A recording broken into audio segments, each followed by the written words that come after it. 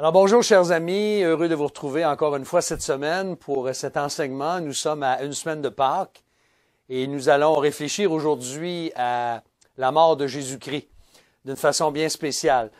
Vous savez qu'avec la crise actuelle par laquelle nous passons en ce moment, depuis plusieurs semaines déjà, ça a fait beaucoup la manchette que la communauté scientifique est vraiment sur un pied d'alerte.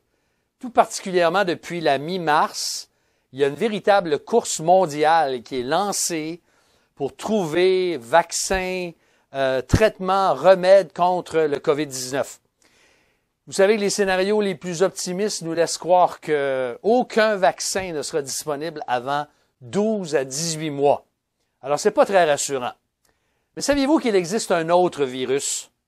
Un autre virus qui affecte chaque être vivant sur cette terre et qui nécessite un grand remède, un remède divin. Ce virus, c'est celui du péché, du mal en nous, qui nous sépare, qui sépare l'être humain de son Créateur et qui conduit, la Bible dit, à la mort éternelle. Depuis toujours, l'être humain, bien qu'il soit capable de faire beaucoup de bien, il a cherché à enrayer le mal, à s'en débarrasser, à le cacher, à le minimiser, ou bien à l'oublier, à le relativiser, à l'excuser, à le justifier, ou encore à le réparer tant bien que mal. Et pourtant, il n'y arrive pas.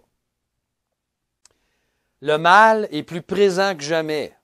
La situation actuelle nous montre que le mal, que des gens profitent de la situation pour faire encore plus de mal. Et pourtant, dans tout cela, Dieu a un remède qui est offert non pas dans 12 ou 18 mois, mais maintenant, à la question du mal et du péché. Il a un remède pour chacun d'entre nous qu'il nous offre, nous, ses créatures. Et ce précieux remède, il est annoncé, il est exposé dans l'épître de Paul aux Romains, au chapitre 3, versets 21 à 26. Et ce remède, c'est celui de l'Évangile de Jésus-Christ. À l'approche de Pâques, la semaine prochaine, par ce texte ce matin, nous voulons saisir la profondeur des souffrances de Jésus-Christ par sa mort à la croix du Calvaire. Ces versets de Romains 3, 21 à 26 ont été appelés par le grand réformateur du 16e siècle, Martin Luther. Ils ont été appelés le centre de la Bible. Parce que selon lui, et je pense qu'il avait raison, il s'agit probablement du texte qui explique et qui résume le mieux, le plus clairement, en quelques versets, ce que le Seigneur Jésus-Christ a accompli à la croix, c'est-à-dire le sens de ses souffrances. Vous remarquerez, si vous lisez ce texte-là à une première lecture, que Paul utilise une logique un peu difficile à saisir. D'ailleurs, il le fait beaucoup dans l'Épître aux Romains. Mais ici, il cherche à nous faire comprendre que le péché et le mal étaient tellement sérieux, sont tellement sérieux, que l'ampleur de notre péché est telle que l'initiative pour régler la question du péché devait absolument venir de Dieu et de nulle part ailleurs. Nous ne pouvons pas réparer, nous les êtres humains, ce que nous avons gâché. Nous sommes incapables de nous transformer. Tu as déjà essayé de te changer toi-même? Ça ne fonctionne pas. La source du grand remède dont nous avons désespérément besoin aujourd'hui se trouve même, je dirais, dans le cœur même de Dieu. La rédemption en Jésus-Christ, voilà le remède de Dieu. Alors, Romains 3, versets 21 à 26 nous dit ceci. Mais maintenant, sans la loi, est manifestée la justice de Dieu, attestée dans la loi et les prophètes. Justice de Dieu par la foi en Jésus-Christ pour tous ceux qui croient. Car il n'y a pas de distinction. Tous ont péché et sont privés de la gloire de Dieu. Et ils sont gratuitement justifiés par sa grâce, par le moyen de la rédemption qui est dans le Christ Jésus. C'est lui que Dieu a destiné comme moyen d'expiation ou de propitiation pour ceux qui auraient la foi en son sang, afin de montrer sa justice. Parce qu'il avait laissé impunis les péchés commis auparavant, au temps de sa patience. Il a voulu montrer sa justice dans le temps présent, de manière à être reconnu juste, tout en justifiant celui qui a la foi en Jésus. Il y a trois grandes vérités auxquels je vais attirer votre attention qui se trouvent dans ce texte, qui nous sont présentés dans ces 6 versets de Romains 3. D'abord, il nous est dit que Dieu nous déclare justes par la foi en Jésus-Christ, au verset 21 et verset 22. D'ailleurs, Paul, ici, ce qu'il fait, c'est qu'il reprend là où il avait laissé, après une grande parenthèse, dans les 2 premiers chapitres, là où il avait laissé au chapitre 1, versets 16 et 17, alors qu'il avait parlé du thème de la justice de Dieu révélée dans l'Évangile. Ce verset bien connu, « Car je n'ai point honte de l'Évangile, c'est une puissance de Dieu pour le salut de quiconque croit, du juif premièrement, puis du grec. En effet, et notez bien, la justice de Dieu s'y révèle par la foi et pour la foi, selon qu'il est écrit, le juste vivra par la foi. » Alors, l'apôtre Paul, après avoir décrit la condamnation de tous les êtres humains, sans exception, l'injustice aussi bien des païens que des juifs, il annonce désormais la justice de Dieu et en particulier l'événement clé dans l'histoire de l'humanité qui permet à Dieu de justifier le pécheur, de le déclarer juste. Le pécheur qui place sa confiance en Jésus-Christ et à savoir quel est cet événement clé-là, c'est sa mort à la croix du Calvaire pour nous il y a 2000 ans. Paul a longuement démontré dans les 2 premiers chapitres de Romains que nous sommes tous coupables devant un Dieu saint. Peu importe notre origine, peu importe notre race, peu importe notre langue, peu importe notre appartenance religieuse, nous sommes tous coupables.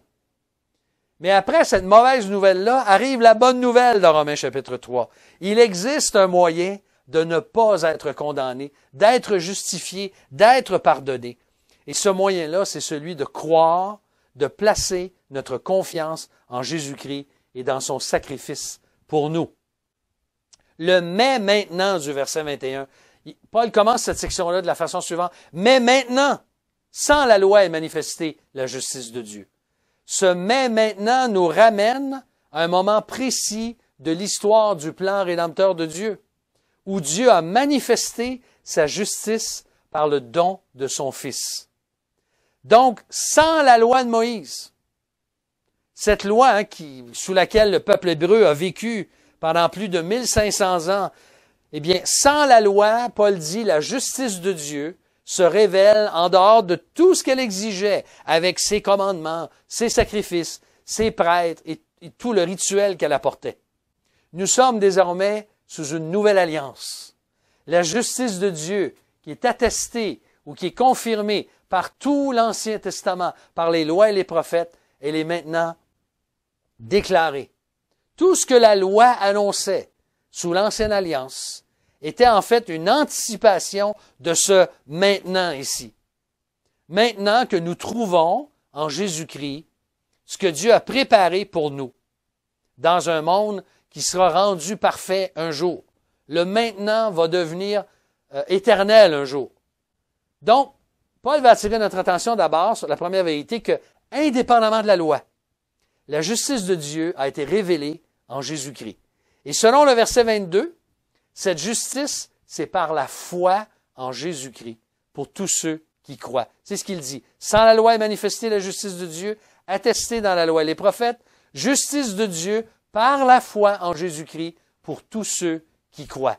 Donc, cette justice de Dieu, elle est offerte et accordée, non pas à ceux qui se croient bons ou meilleurs que les autres, à cause de leur religion, de leurs œuvres ou leur philosophie de vie, mais seuls à tous ceux qui répondent à l'offre que Dieu fait, leur offrir le salut, la vie éternelle par la foi en Jésus-Christ. Donc ça, c'est notre première vérité. Dieu, dans son amour, nous déclare juste par la foi en Christ. Mais deuxièmement, il nous déclare juste par la rédemption en Jésus-Christ, par grâce, versets 23 et verset 24. Et cette deuxième vérité-là, c'est vraiment que Dieu nous déclare juste, Dieu nous justifie par la rédemption que nous avons en son Fils Jésus-Christ. Maintenant, par la foi en Christ, la justice de Dieu vient répondre, écoutez bien ceci, à notre immense besoin de réconciliation avec Dieu. Parce que la Bible nous dit que nous sommes coupables. Voyez ce verset très connu. Il n'y a pas de distinction, verset 23. Tous ont péché. Autrement dit, Tous ont passé à côté de la perfection que Dieu exige et qui est impossible à satisfaire. Nous sommes tous coupables devant Dieu. Nous avons tous passé à côté de la volonté de Dieu. Nous avons tous des idoles dans nos vies. Nous sommes incapables de plaire à un Dieu parfaitement saint parce que nous sommes des pécheurs. Tous ont péché. Et il ajoute, nous sommes privés de la gloire de Dieu. Ça signifie que nous sommes destitués de sa perfection. Nous sommes privés de sa présence et d'une communion avec lui par nous-mêmes. Nous sommes privés, en fait, du but que Dieu avait prévu au départ pour tous, de partager sa gloire pour l'éternité. Lorsqu'il a créé nos premiers parents, c'est ce qu'il dit dans Ésaïe 43, verset 7. « Quiconque s'appelle de mon nom, et pour que ma gloire, j'ai créé, formé et fait. » Dieu nous a créés pour sa gloire, il nous a créés pour qu'on partage sa gloire. Mais si cette gloire a été perdue à cause de l'entrée du péché dans le monde, il ajoute, verset 24, « Ils sont gratuitement justifiés par sa grâce. » Et comment? Par le moyen de la rédemption qui est en Christ Jésus. Donc, par Jésus-Christ, nous pouvons retrouver cette gloire que nos premiers parents ont pu expérimenter avant la chute, avant la rupture d'avec Dieu, avant cette rupture qui a amené le péché dans le monde et qui fait en sorte que maintenant nous sommes tous, elle s'est étendue à tous les hommes et que nous sommes tous venant au monde, nous venons au monde avec une nature pécheresse, nous sommes des pécheurs. Et cette gloire-là, ce qui est merveilleux, c'est que nous la vivrons et nous la partageons avec lui pour l'éternité. Alors, Paul emploie des termes théologiques un petit peu techniques ici, que je vais vous aider à éclaircir un petit peu, parce que je pense que ça vaut la peine, si on veut bien suivre le texte, il faut comprendre ces termes-là. D'abord, Paul parle de la justification. La justification, c'est l'action par laquelle Dieu nous déclare juste, légalement. Donc, c'est un terme légal. C'est un terme du langage légal. Il nous acquitte de toute accusation qui était retenue contre nous à cause de nos fautes. Paul, dans Colossiens, parle de l'acte par lequel nous étions condamnés et que Christ a crucifié à la croix. Il a effacé cet acte-là. Alors, Dieu choisit littéralement de justifier l'impie, de le déclarer juste. Ce n'est pas parce que Dieu a reçu un pot de vin. Ce n'est pas parce qu'il y a eu une justice injuste. Non. Dieu n'a pas reçu un cadeau. Au contraire, c'est lui qui nous a fait le cadeau ultime. C'est lui qui, dans la personne de son Fils, nous a offert de nous déclarer justes. Et c'est par grâce qu'il nous accorde cette justification. En fait, qu'est-ce qui s'est passé à la croix du Calvaire? C'est extraordinaire, c'est la grâce de Dieu de pouvoir comprendre ça. Dieu a transféré la justice de Jésus-Christ sur nous. Lui qui était juste, il a pris cette justice-là, il nous l'a donnée et il a pris notre injustice. Et par la foi, nous sommes maintenant, quoi? Déclarés justes légalement devant Dieu. Il nous impute sa justice, c'est-à-dire qu'il nous la met sur notre compte. 2 Corinthiens 5, 21 nous dit dans ce langage, « Celui qui n'a pas connu le péché, il l'a fait devenir péché pour nous, afin que nous devenions en lui, quoi? Justice de Dieu. » Sais-tu que quand Dieu te regarde, Dieu voit maintenant son Fils en toi. Il te regarde à travers les yeux de son Fils. Ton casier judiciaire, spirituel, a été rendu vierge. Il a disparu. Donc ça, c'est la justification. Le mot rédemption, lui, il vient du langage commercial. Si le mot justification vient du langage légal, le mot rédemption vient du langage commercial. Et c'est le synonyme d'un rachat, d'une libération de notre dette. Dans l'Antiquité, si quelqu'un ne pouvait plus payer sa dette, vous savez ce qui arrivait? Il devenait esclave et parfois, même avec sa famille, il devenait esclave de son créancier ou de ses créanciers. Si un tiers parti pouvait payer la dette, à sa place, on appelait ça le droit de rachat, eh bien, il rachetait la dette. Donc, la personne était libérée de son esclavage. Alors, Paul applique ici cette notion-là que les gens connaissaient à notre situation spirituelle. Nous étions esclaves du péché. Nous sommes maintenant libérés en Jésus-Christ de ce qui nous rendait esclaves. Nous avons goûté à la rédemption. La dette a été payée, chers amis. Elle a été payée par Christ en mourant sur la croix. Pour nous, nous sommes gratuitement justifiés. Nous sommes déclarés justes devant Dieu par Jésus et par son sacrifice. Donc, nous sommes rachetés, nous sommes déclarés justes, nous sommes délivrés. Ça, c'est la deuxième grande vérité dans le texte. Et la troisième et dernière qu'on trouve au verset 25 et verset 26, c'est que Dieu nous déclare justes en apaisant sa colère par la mort de son Fils. Il apaise sa colère envers nous par la mort de son Fils, verset 25 et verset 26. Je relis le texte, si vous permettez. C'est lui que Dieu a destiné comme moyen d'expiation pour ceux qui auraient la foi en son sang afin de montrer sa justice, parce qu'il avait laissé impunis les péchés commis auparavant au temps de sa patience. Il a voulu montrer sa justice dans le temps présent de manière à être reconnu juste, tout en justifiant celui qui a la foi en Jésus-Christ. Donc, pour nous aider à mieux saisir cette troisième vérité-là, Paul utilise un autre mot, le mot expiation, ou selon nos versions bibliques, le mot propitiation. Je vous rappelle que dans l'Ancien Testament, on a souvent entendu parler de l'Arche de l'Alliance. Mais l'Arche de l'Alliance, c'était un coffre, dans le fond, qui symbolisait la présence de Dieu pour le peuple hébreu. Et le couvercle de cette arche-là, de ce coffre-là, de l'Alliance, sur lequel le sang des sacrifices était répandu par aspersion. On faisait couler le sang une fois par année pour les péchés. Vous savez comment il s'appelait? Il s'appelait le propitiatoire. Donc, la propitiation, ça signifie en fait que Dieu est maintenant devenu propice, c'est-à-dire favorable aux pécheurs, à ceux qui croient, mais qui pourtant mériteraient sa colère.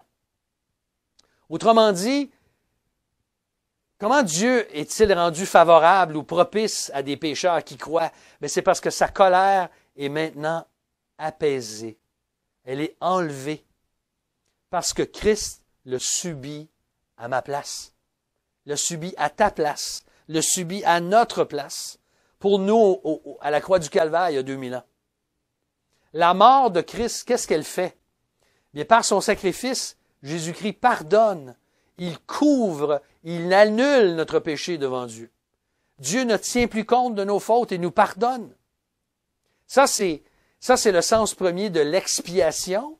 Mais la propitiation, c'est vraiment l'idée que Dieu nous est maintenant favorable parce que c'est lui-même qui a donné son Fils en sacrifice à la croix du Calvaire. Donc, il nous a donné son Fils gracieusement et sa colère envers nous est disparue. Donc, ces trois termes-là, justification, expiation ou propitiation et rédemption, ils faisaient partie de la vie quotidienne du peuple à l'époque de l'apôtre. La justification s'employait au palais de justice ou à la cour. L'expiation se faisait au temple, ou la propitiation, et la rédemption, elle se passait au marché des esclaves. Alors, imaginez, là, c'est absolument incroyable ce texte ici, là. Si notre Dieu, en Jésus-Christ, nous a justifiés, nous a rachetés, s'il nous est devenu favorable et qu'il a annulé notre faute et notre culpabilité devant lui, ce n'est pas simplement parce qu'il nous a aimés, et ça serait déjà extraordinaire. Dieu nous a aimés pour rendre possible une telle chose.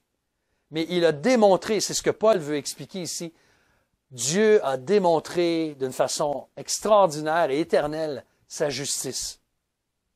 La justice de Dieu devait être satisfaite parce que le péché exigeait une réparation, une justice. Paul parle de tous les siècles précédents, la venue du Seigneur Jésus-Christ, comme le temps de la patience de Dieu. Tous les péchés passés sous l'Ancienne Alliance n'ont pas été punis vraiment, n'ont pas été réparés. Oui, il y avait des sacrifices, mais ils annonçaient un plus grand sacrifice, celui qui allait venir. Et si vous avez l'occasion de lire l'Épître aux Hébreux, nous montre la supériorité de ce sacrifice-là par rapport à tous les sacrifices de l'Ancien Testament. Donc, dans sa patience, notre Dieu, malgré tous ses jugements, toutes ces punitions qu'il a accomplies envers le peuple d'Israël, comme par exemple, que ce soit, même avant, que ce soit le déluge, que ce soit l'exil, on se rend compte que Dieu n'a pas traité le peuple à la mesure de toutes ses horreurs et de toutes ses rébellions et de toute son idolâtrie. Non, la condamnation leur a été épargnée et elle est tombée plutôt sur qui? Elle est plutôt tombée sur son Fils, le Seigneur Jésus-Christ. Christ a porté nos péchés, les péchés du peuple, mes péchés et les tiens. Donc la croix a une valeur rétroactive aussi. Tous ceux qui ont placé leur foi en Dieu pour être justifiés goûtent à l'effet éternel de la croix du Calvaire. Dieu le Fils a montré sa justice d'une façon inimaginable à nos yeux humains, en venant lui-même subir la colère que Dieu devait faire tomber. Et elle est tombée sur lui, sur le Fils. Il est venu lui-même en sacrifice, volontairement mourir à la croix pour prendre notre dette et nous racheter. Il est devenu la victime qui déclare juste celui ou celle qui croit en lui. Donc Dieu déclare juste des injustes, des coupables. Et par le fait même, il démontre sa propre justice à la croix du Calvaire. Alors sur cette croix, là, comprenons bien ce qui est arrivé. Là. Et je résume. Jésus a vécu l'enfer pour toi et moi, c'est-à-dire la séparation d'avec Dieu. Il a été abandonné par son Père. Tout le péché de l'humanité est tombé sur lui. Et c'est pourquoi, lorsque je disais tout à l'heure, lorsque Dieu me regarde, il me voit à travers Jésus-Christ, son Fils et son sacrifice. Christ est devenu péché, pas pécheur, péché pour moi, comme si c'était les siens. Il a payé ma dette en mourant pour que moi je reçoive la vie. Donc l'appel de la grâce, c'est quoi? C'est croire et non pas essaie de gagner ton ciel ou fais quelque chose pour le mériter. Non, c'est croire. En Jésus, tout a été fait, tout a été accompli. C'est ce qui explique l'atrocité de toutes ces souffrances dont nous allons nous rappeler dans les prochains jours à l'approche de Pâques. Et cet appel, il est pour tous. Car nous avons tous un besoin urgent de salut. Si tu n'as pas encore la joie de connaître Jésus-Christ comme ton sauveur, comme ton maître, si tu n'as pas expérimenté le salut, eh bien, ce message est pour toi aujourd'hui. Dieu te demande de venir à lui les mains vides. Comme moi, je suis venu à lui il y a 44 ans maintenant, les mains vides, sans rien pour attirer sa faveur. Et selon le verset 26, il est dit qu'au moment fixé par Dieu, sa justice a été manifestée publiquement par le sacrifice expiatoire ou propitiatoire de son Fils à notre place. Le sang a été versé, il a satisfait la justice de Dieu, et quand le sang a coulé, Dieu à la fois a condamné le mal, il a justifié le pécheur qui a placé sa confiance en Jésus-Christ. Donc, la bonne nouvelle de l'Évangile, c'est que le péché a été jugé, la dette a été payée. Dieu est parfaitement satisfait. Tu vois, Dieu n'a pas fait que passer l'éponge. Parce que s'il avait juste passé l'éponge, il aurait été injuste. Il a plutôt démontré, c'est ce que Paul affirme, sa justice en nous faisant grâce et en nous déclarant justes, parce que nous avons cru dans le seul moyen qu'il a mis à notre disposition pour nous réconcilier avec lui. Ça, chers amis, c'est le message de l'Évangile de Jésus-Christ. Et combien on en a besoin dans ces jours troublés en ce moment. Oui, à la croix se manifeste l'amour de Dieu. Et je suis le premier à le croire. N'en doutez pas. Mais nous découvrons à la croix aussi sa justice parfaitement satisfaite. Et c'est devant la croix, quand on regarde la croix de Jésus-Christ, quand on regarde Christ mourant en croix, c'est là qu'on réalise la dureté et l'ampleur du châtiment de Dieu sur son propre Fils, l'intensité de sa colère. Ça a coûté la vie de son Fils, un sacrifice pour tous les êtres humains qui croient en lui. Donc, je vous disais au début que si ça va prendre 12 à 18 mois pour avoir un remède contre le coronavirus, COVID-19, le remède que Dieu offre à nous pour le pire virus qui soit celui du péché en nous et qui nous sépare de Dieu, eh bien, Dieu, maintenant, nous offre ce remède. Il l'a fait, il l'a offert il y a 2000 ans. Et dans le fond, devant ce grand remède et le prix qu'il a coûté, nous prenons conscience de l'importance et du sérieux de notre péché en nous, du sérieux du péché dans notre vie. Le péché, c'est pas une chose banale, c'est pas une petite chose banale. C'est à la croix qu'on découvre notre misère. Et il faut venir à la croix pour se rendre compte combien nous sommes des pécheurs qui ont besoin de Jésus-Christ. Alors, laisse-moi te poser la question, est-ce que tu as tendance, ces jours-ci, à banaliser le péché dans ta vie? À le voir comme inoffensif? Ne te trompe pas toi-même. Le péché est très sérieux. Il a envoyé Jésus-Christ à la croix du Calvaire il y a 2000 ans. Ce texte nous interpelle en nous posant la question, est-ce que je suis en règle aujourd'hui avec Dieu? Ce texte devrait nous pousser à remercier Dieu de tout notre cœur pour un si grand salut, à l'adorer avec une passion renouvelée, à lui faire confiance dans les jours comme nous vivons. Vous savez, on vit des jours très incertains en ce moment. Quel privilège, quelle grâce de connaître Jésus-Christ et de nous attacher à lui, de dépendre de lui et de vivre pour lui. Alors, si tu appartiens au Seigneur Jésus-Christ, il t'a justifié, il t'est devenu favorable, il a pris ta place à la croix, il t'a racheté. Si tu n'as pas cru encore, puis-je te convaincre, te conjurer de venir à lui parce qu'il t'attend tel que tu es. La dette a été payée, ta part, c'est de croire. Alors que Dieu puisse nous fortifier, nous encourager par ses paroles, nous allons prier ensemble si vous voulez bien. Notre Dieu, notre Père, on veut te remercier que tu n'as pas épargné ton propre Fils, ta parole nous dit. Oui, car Dieu a tant aimé le monde qu'il a donné son Fils unique, afin que quiconque croit en lui ne périsse point, mais qu'il ait la vie éternelle. Seigneur, nous te prions que tu puisses nous rappeler aujourd'hui l'intensité, mais surtout le sens des souffrances atroces que Jésus-Christ a subies à notre place. Nous te remercions pour son sacrifice. Nous te remercions pour le fait que nous avons été déclarés justes, que maintenant tu nous vois à travers Jésus-Christ, que ta colère a été apaisée, que tu nous as rachetés, que notre dette a été payée, que la rançon a été payée et que maintenant nous t'appartenons si nous avons placé notre foi en toi. Seigneur, je te prie pour ceux qui n'ont pas encore cette joie de te connaître, puisses-tu te révéler à eux et qu'aujourd'hui même, au moment même où ils écoutent cet enseignement, qu'ils puissent venir à toi, c'est notre prière. Merci que tu nous attends. Venez à moi, Seigneur Jésus, tu as dit, vous tous qui êtes fatigués, chargés, je vous donnerai du repos.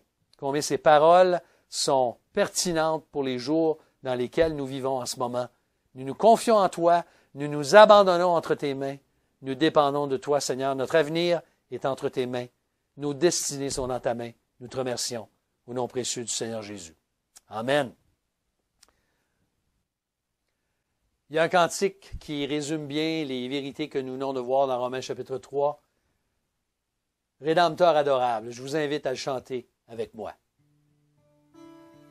Rédempteur adorable, sur la croix attaché, traité comme un coupable, brisé pour mon péché. Ton angoisse suprême, ta douleur, ton tourment, me disent, vois, je t'aime, j'ai pris ton châtiment. Vous remarquerez que c'est Jésus qui nous parle et qui est personnifié dans le cantique. On va y voir avec la deuxième. Abandonné du Père, dans mon âme troublée, buvant la coupe amère pour ton iniquité, de l'éternelle flamme, mon amour te sauva. Je mourus pour ton âme, pécheur à Golgotha. Le sang de mes blessures, ma couronne de roi, toutes ces meurtrissures, comprends-le, c'est pour toi. J'ai subi ta souffrance, j'ai porté ta langueur, contemplant en assurance ton grand libérateur. Ton amour me réclame, me voici, cher Sauveur. Prends mon corps et mon âme pour prix de toi douleur. Oui, mon âme ravie, désormais ne veut plus que vivre de ta vie à ta gloire, ô Jésus. Alors que Dieu puisse nous encourager par ces paroles. Je vous souhaite une bonne semaine et on se retrouve la semaine prochaine pour Pâques. Dieu vous bénisse. Bonne journée.